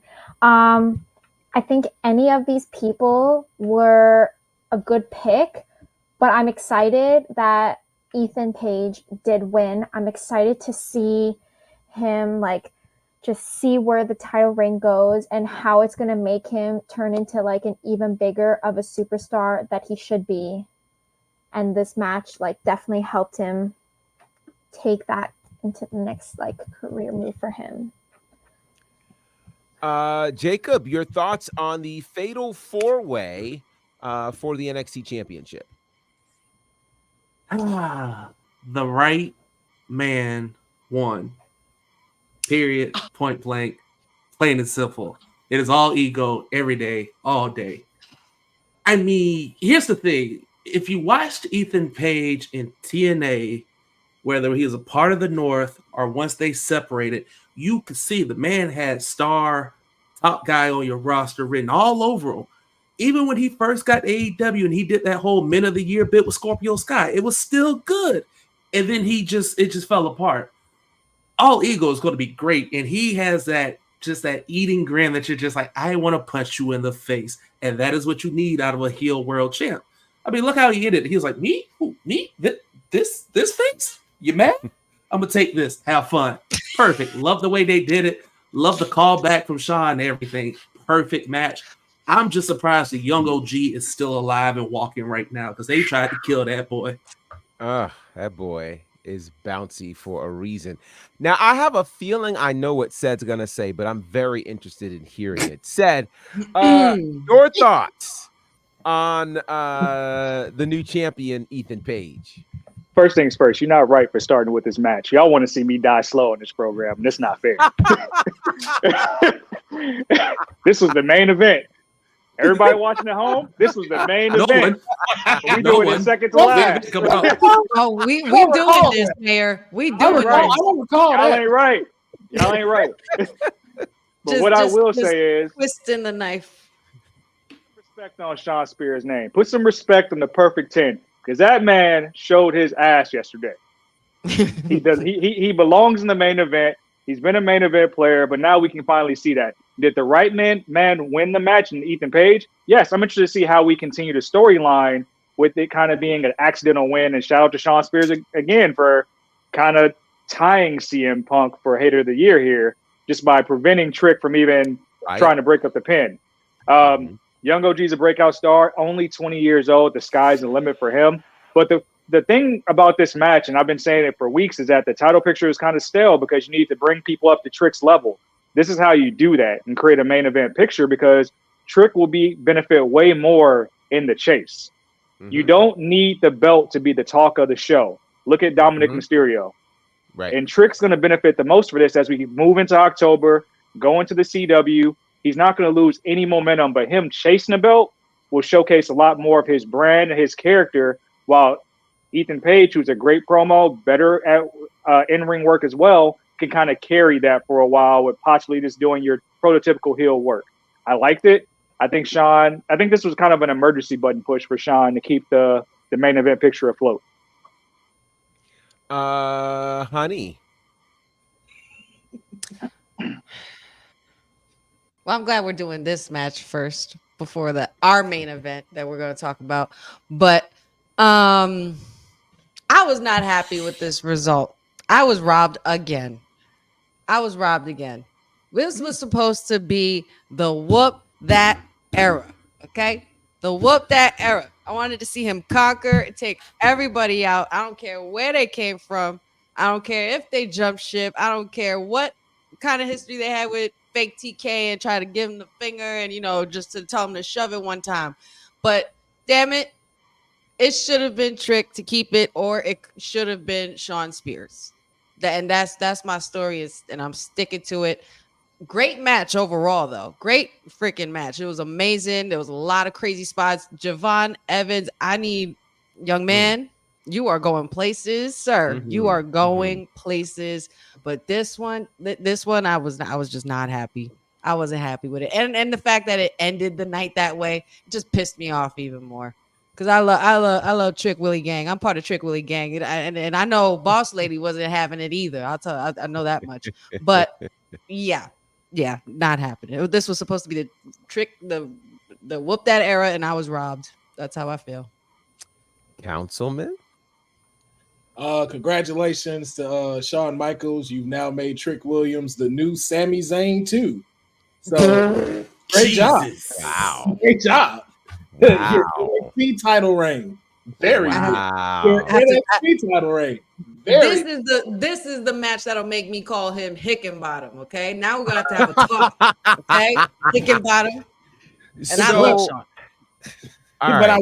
But I will say though, Cedric has a great point. It is better to see him chase it. I have no doubt Ego will play a great heel champion to get Trick to try to climb to the back up to the top of the mountain again to get it. And I think we're gonna love to see that run. But that is a very thin line that you got Trick Williams on. And so I just want to see how they're gonna play that out and how they make that work. But right now, you're looking a lot like Sammy right now, my boy. Well, let me go ahead and address, because Boza is having a field day.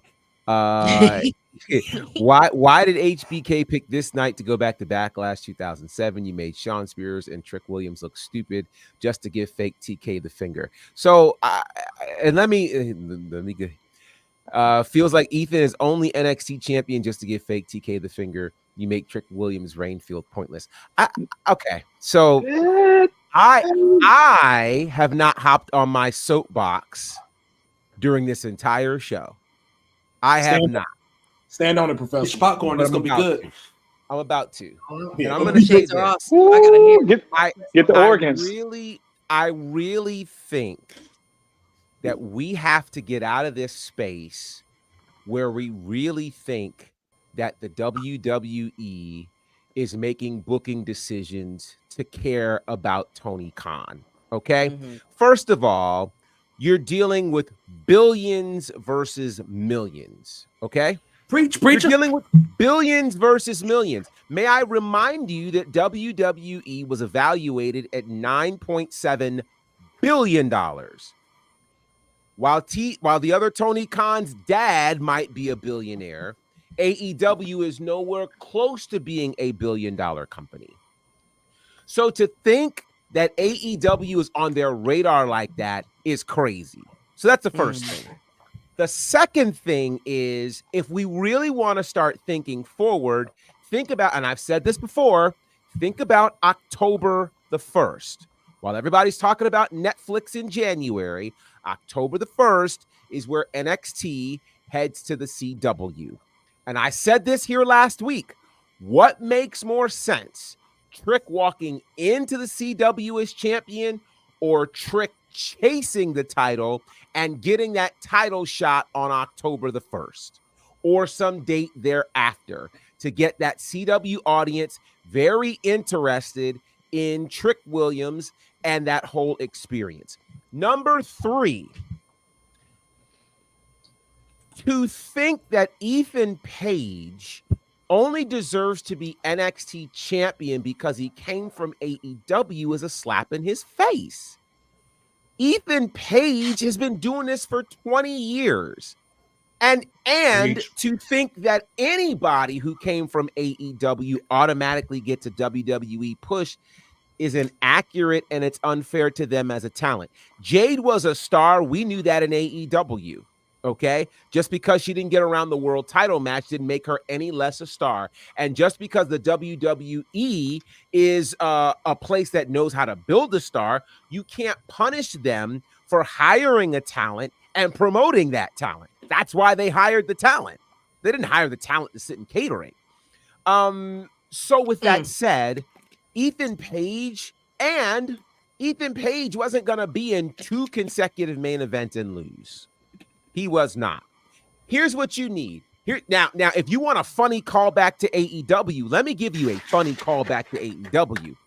Who was AEW's first world champion? A guy named Chris Jericho, who was a veteran. 25, 30 years in the business. You needed a veteran to help lead a ton of young stars. You have an entire veteran in Ethan Page coming to help lead these stars, helping to groom them, make them that much better. And that's what happened. Javon Evans shined like new money. And he's going to be a crazy star. This is easily, it's a thing. So I just want us to silence the argument about because somebody comes from AEW. Let's prop them up. If that were the case, I'm about to debunk all of your theories. If that was the case, then we would have seen Lexis King as a champion by now, right? Remember, he came straight from AEW. Remember that? That's a good point. We would have seen him as a And he's champion second by gen. now. Very good Sean point. Spears would have been a champion by now. He's not. So I think we have to get this out. It is tribalism, and I don't want to insult anybody because there are multiple people saying this in the internet wrestling community. I don't want to insult anybody, but if we're going to think about long-term storytelling and look for Easter eggs and scan QR codes and try to figure out what all this stuff means, then we have to raise our level of consciousness to stop thinking that WWE is concerned in their booking decisions about what would AEW do.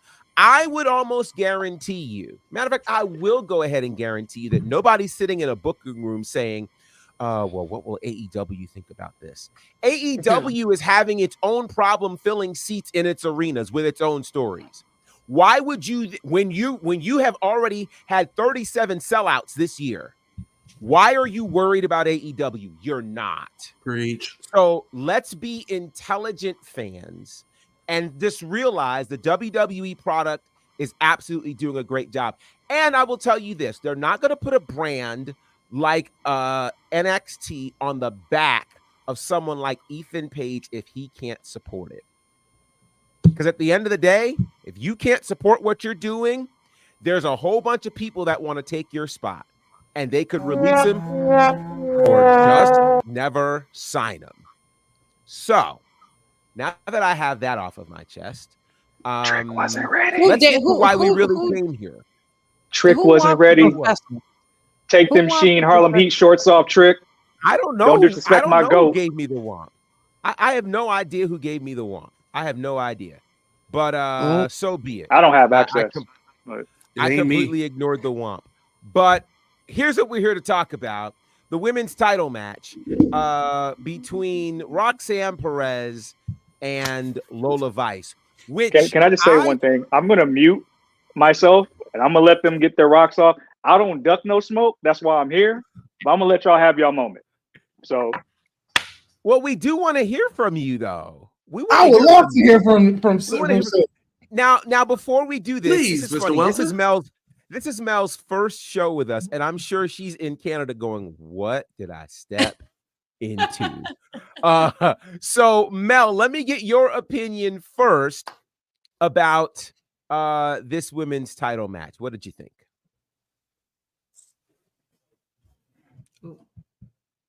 Did she freeze? Did Mel freeze on us?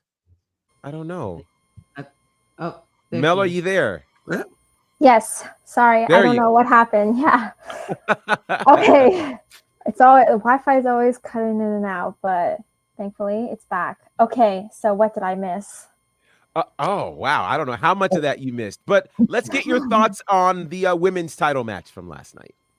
I agree with Honey. I think it was the top, or maybe at least tied with maybe the women's Money in the Bank match. Anytime that these two women step into a ring together, I think it's absolute gold. Just like, I think Lola definitely has potential championship, like a championship in her future.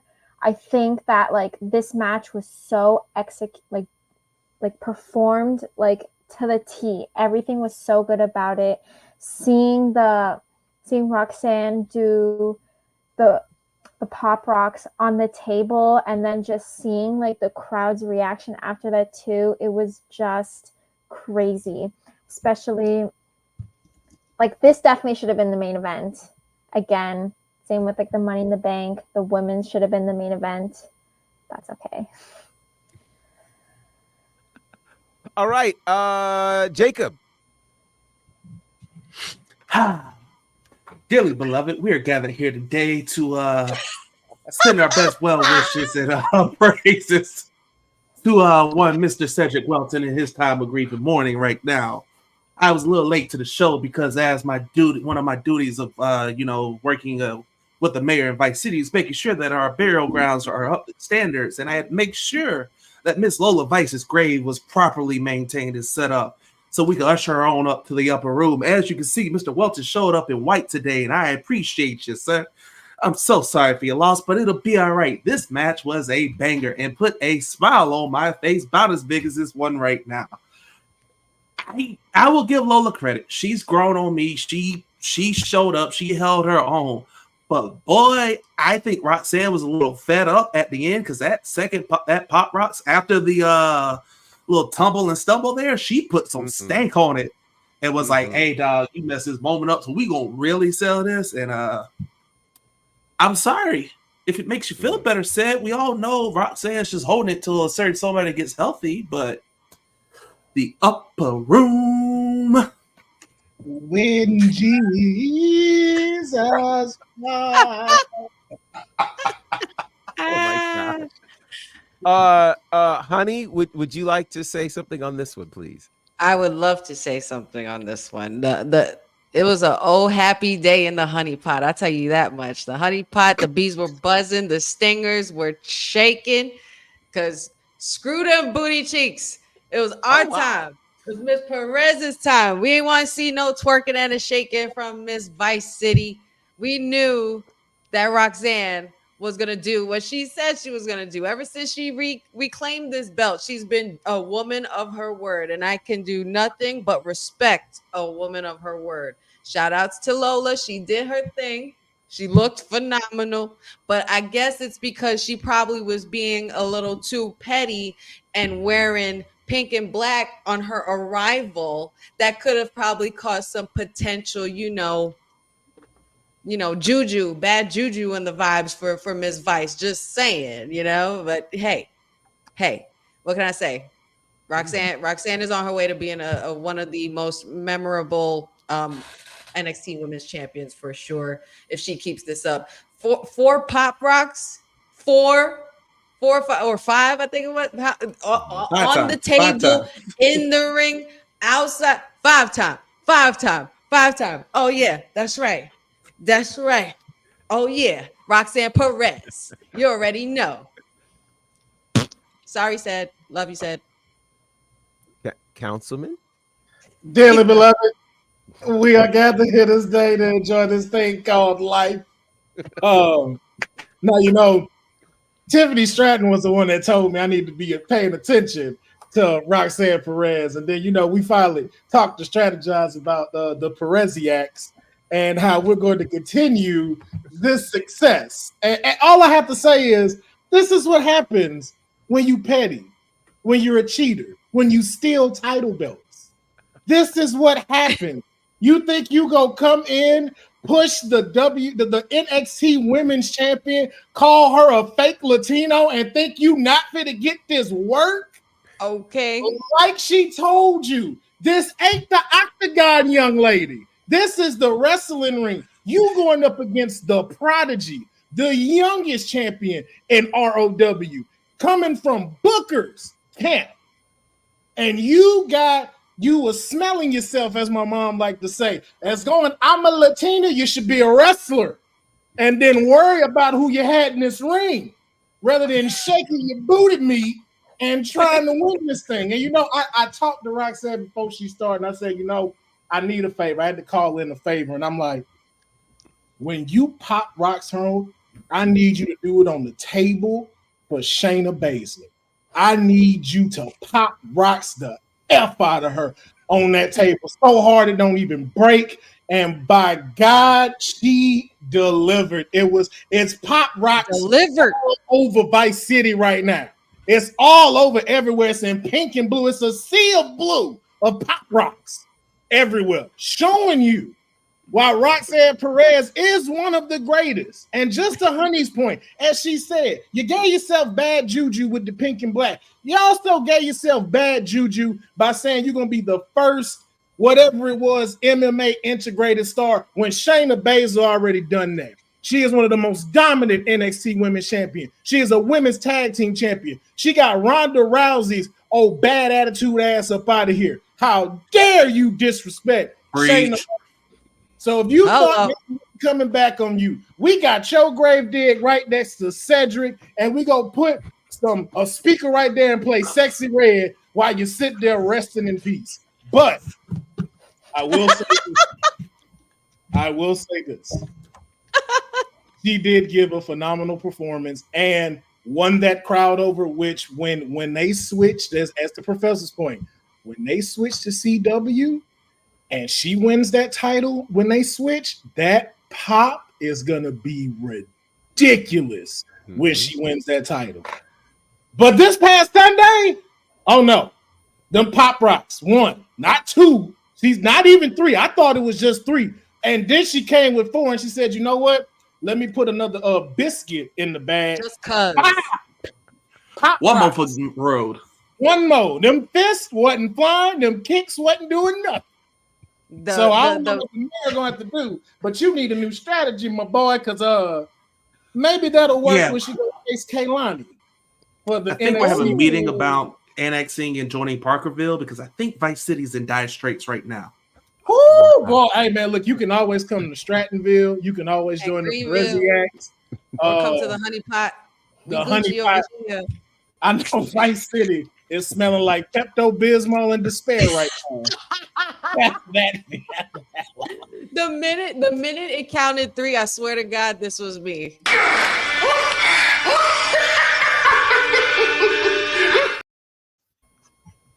I was so happy, so happy. And I'm done because I know we gotta get Cedric to talk because Ron's about to start in a little bit. Yeah, so Ced, the floor is yours, sir.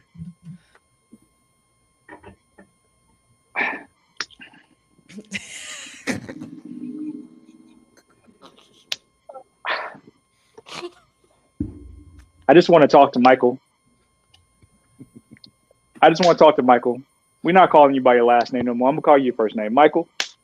You're wrong. You're wrong. This is the second time you played us.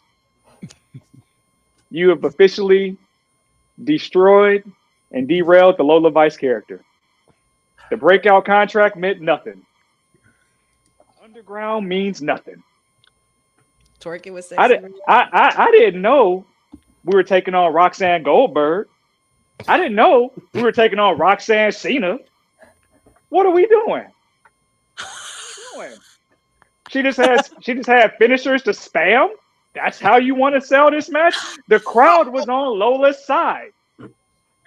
Organic. This was Yes Movement levels of organic. When she cried on Tuesday night. And you robbed us of that, Michael. Crocodile tears. Not be denied. Not be denied. She got a standing ovation at the end of the match. But damn it, we will rebuild it. Guys, it's with a heavy heart that I have to hang up my Aqua t-shirt. What? What? Time. You abandoning her like that? What? Cool. It has been a pleasure serving you as mayor, but until Michael corrects these wrongs, I am boycotting NXT. What? Not watch the program. Corrects these wrongs. Wow. Wow. I was simply going to say that I felt like last night they both became mega stars. Like Lola had her best performance, bar none. Roxanne just literally, I mean, it was incredible. She became incredibly dominant. But here's my perspective, Said it took 5 Pop Rocks to beat her.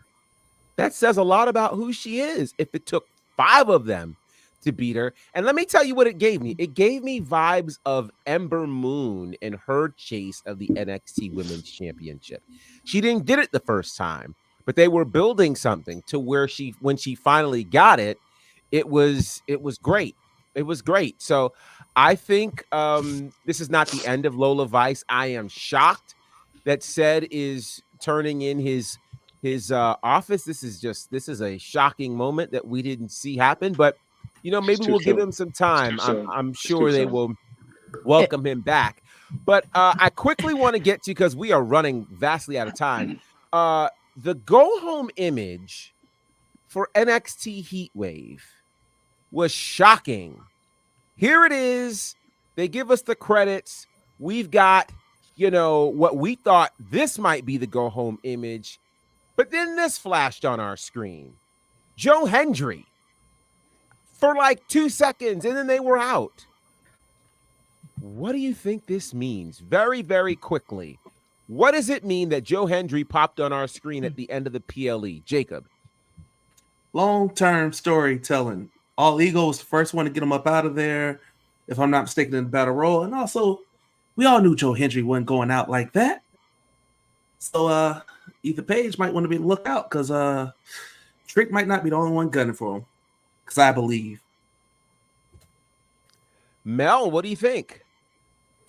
It reminds me of when they first introduced the new Wyatt faction of like the Accidental. And then, yes, it's going to be long-term storytelling, but how are we going to see this incorporate? I'm curious to find out how. This is going to be interesting. Sed, have you gathered yourself enough to speak on Joe Hendry? Oh no. I have a comment.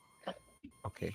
This immediately told me this is probably why they took the title off Trick, because that Joe Hendry momentum is so massive that if you were going to do crossover, you don't want to do it with somebody that you want to carry your brand. So if Joe Hendry is somebody that can challenge for an NXT title and he's so massive worldwide, you don't want to diminish the person that you want to be your guy. So that's what I took from that. Okay. Councilman? Say his name and he appears. I believe in Joe Hendry. And I cannot wait to see what they do with him, what comes of it. I like that type of storytelling. Leave us wanting more, leave us guessing. And to that point, I think that made Trick's loss to Ethan a little bit easier to take in. Because you can kind of see and again, taking nothing away from Ego at all. But it definitely shows me, okay, I know what y'all setting me up for. I know what we're getting ready for. Those two are going to put on a great match, even if Hendry does, if he wins or if he doesn't win. I know we're going to get some good storytelling out of this as we allow Trick to go back up. So I'm excited. Honey? 2 words. I only have 2 words for this man. Next up. This is the guy right here. I don't know. Something about it when I first got a little, when I got first familiar with Joe Hendry and when he appeared, even though I didn't say his name, but everybody else did, I was very impressed. Very, very impressed. And with the way they present him, I love the song. And I love where it's going. There's a lot of history, obviously, there between the two going forward. And it also makes the case for, All Ego to have a great run and some really challenging contenders, especially one vengeful Trick Williams. Absolutely. So very quickly, of course, Monday Night Raw is tonight. And ooh-wee, for the first time ever, Liv and Dom are teaming up, and they're taking on Rey Mysterio and Zelina Vega. That's going to be crazy. 6-woman tag action tonight. Katana Chance, Caden Carter, and Lyra Valkyria against Damage Control. More 6-man, more trios action. The tag champions and Carlito, and I guess Carlito's officially part of Judgment Day. I'm not sure. Taking on Awesome Truth and Braun Strowman. We've got Chad Gable and Jey Uso. We've got a lot of fallout with Drew McIntyre. Apparently, he is suspended indefinitely, as mentioned on the socials. Where will CM Punk fall? Where does Damian Priest come in all of this? There's a lot to pay attention to tonight on Monday Night Raw. And so that goes down tonight. Honey, yes. I was going to say with this match right here, Wyatt Six got to be appearing from somewhere. I need Wyatt Six somewhere between these two. It's going to happen. Yeah, I wouldn't be surprised. Between the Fireflies and all that's going on with Gable, it'll be very interesting to watch tonight. All right, let's find out how we can connect with everybody here on the panel. You guys have rocked with us today, and we appreciate it. Jacob, how can the people find you? Of course, you can find me over at Twitter at _JDella. That's JDELA. Me and my Dell Illusion, as some of y'all like to call it, will be over there spewing takes about wrestling, basketball, shoes, and occasionally making said hate himself more than he normally does for partnering with me. So, find me on Twitter. Councilman? Don't need you to follow nothing. Just need your support. We will be having a funeral service for Lola Vice's career, as well as Rock Petra, etc. Tenure as mayor. Yeah, we just want to make sure, if you can, we have a Kickstarter for it. Make sure you support. We're gonna have Oreos, some lumpia. We're gonna have habanero peppers there. Taco Bell sponsored as well. I heard that the Chihuahua dog is gonna be there as well. We're gonna have Church's chicken as well there, and it's also sponsored by Pop Rocks. We've been working on that deal, and we finally gonna have it there. So just make sure that y'all participate. We will have.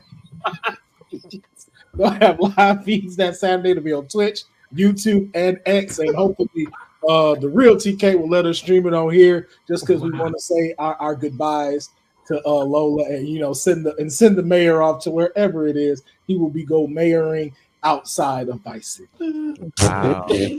Wow. Mel, it's your maiden voyage with us. How can people find you on the socials? You can find me on Twitter, Melissa AK01. Awesome sauce. It's good to have you with us. Honey, how can we find you? Shout outs to Mel. She's one of us. She uses Twitter still, not X. But yes. You can find me here. No, girl, please. We use the word Twitter around here. But you can find me here Monday, Wednesdays, Fridays with the lovely crew here at WWT Live. Don't forget to check out the NXT post show on Wednesday. I might not be around again for this one this Wednesday. Your girl's out here hustling, making sure the honey pot is still standing strong. You know what I'm saying? And don't forget, I will be around on Friday. Every Friday, I'm always here. Every Friday, we have our Honey Night Smackdown watch along, and you can join in on the fun for 2 hours and talk all that good wrestling-ish. TikTok Wrestling with Honey, Facebook Wrestling W Honey, Instagram Wrestling with Honey. I don't know why I did that. And the YouTube Wrestling with Honey podcast. Said. I don't want to be found or connected with on this day. You guys can follow my counterparts, man. Justice for Lola Vice, man. Vice City will rise again. Michael Sean Hickenbottom, I have officially taken your GOAT card away from you. Wow. It's gone. You can never do that. You can never do that. Not my GOAT. Not my GOAT anymore. Not my GOAT. Nope. Not my GOAT. Nope. If I may interject one more with one little drop, it's giving this for said today. He was special.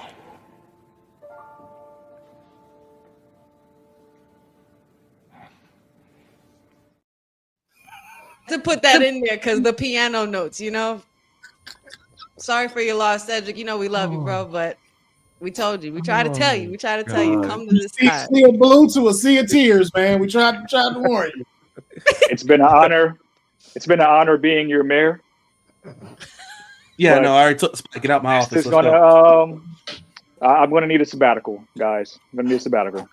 Hey man, come to Strattonville, bro. We can always use a mind like yours on the table, man. Wow. Especially such a well versed elected official as yourself. Wow. Top class. Well, you guys. Pop Rock's the worst finisher in the association, by the way. I had to get that off. Lost to it. I'm sorry. She lost to it. I had to get that off. Wow. Yeah. Well, you guys can find me at Bounderfied on all the socials. Follow us at wwtalkpod across all the spaces. Shout out to everybody in the chat, all of our new followers, everybody. You guys are absolutely awesome. We're gonna hop off so you can join Monday Night Raw, and you never know what's gonna happen, but we'll be here to talk about it again on Wednesday as part of WWT Live. This is Women's Wrestling Talk, the #1 Women's Wrestling Network on the planet. Peace. Thanks for joining WWT. Don't forget to like us on all social media platforms at wwtalkpod. Like and subscribe on all video and audio platforms, like yesterday, my G. And check out our website at wwtalkpod.com. Thanks for watching Women's Wrestling Talk, the #1 women's wrestling